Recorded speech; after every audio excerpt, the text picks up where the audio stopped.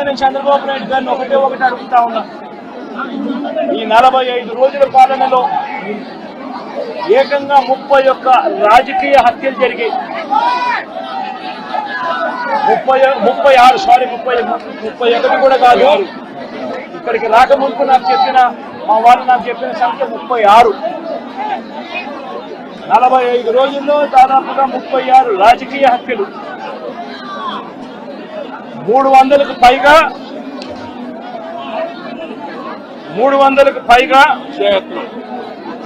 హత్యాయత్నాలు, 300కు పైగా హత్యాయత్నాలు.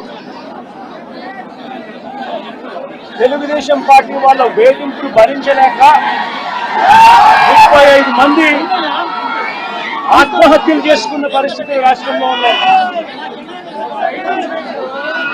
560 చోట్ల ప్రైవేట్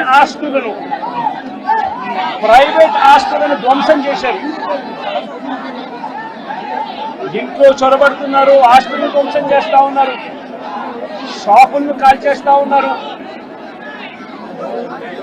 వైఎస్ఆర్సీపీ సానుభూతి పరుల చీనీ చెట్లను నరికేస్తా ఉన్నారు. ఇటువంటి ప్రైవేట్ ఆస్తులు 560 చోట్ల ప్రైవేట్ ఆస్తులను ధ్వంసం చేశారు. మరి జగన్మోహన్ రెడ్డి గారు హత్య రాజకీయాలు చేశారు, గొడ్డలి రాజకీయాలు చేశారు, హత్య చేయించిన వాళ్లతో భుజాలు రాసుకొని తిరిగారు, సొంత చెల్లెళ్లకే వెన్నుపోటు పొడిచారు.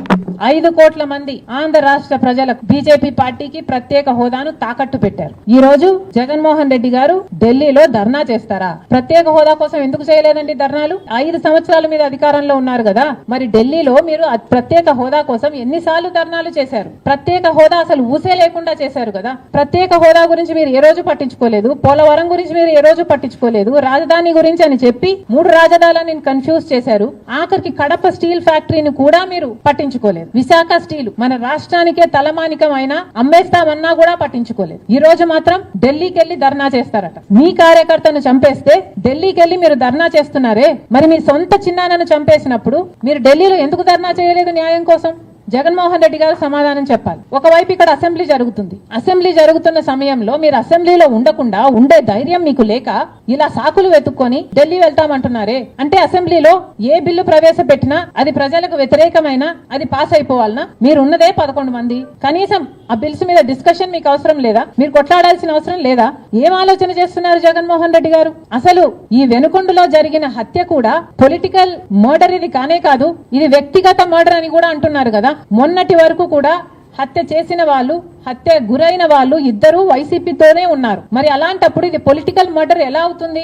ఈ పొలిటికల్ మర్డర్ అని మీరు చెప్పి మీరు ఢిల్లీకి వెళ్లి ధర్నా చేస్తున్నారా? దేనికి?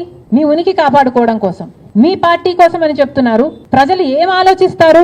ఈ రోజు వరదలు వస్తున్నాయి మన రాష్ట్రంలో, వారిని వెళ్ళి పరామర్శించాలని మీకు అనిపించలేదు. కానీ వ్యక్తిగత మర్డర్ లో మీ పార్టీకి సంబంధించిన ఇద్దరు కొట్టుకొని చచ్చిపోతే ఈ రోజు మీరు ఢిల్లీకి వెళ్లి ధర్నా చేస్తారా? ప్రజల కోసం మీరు ఎందుకు నిలబడలేదు? మీ పార్టీ వాళ్ళు ఓటేస్తే మీరు గెలిచారా? మీ పార్టీ వాళ్ళ కోసమే మీరు ముఖ్యమంత్రి అయ్యారా?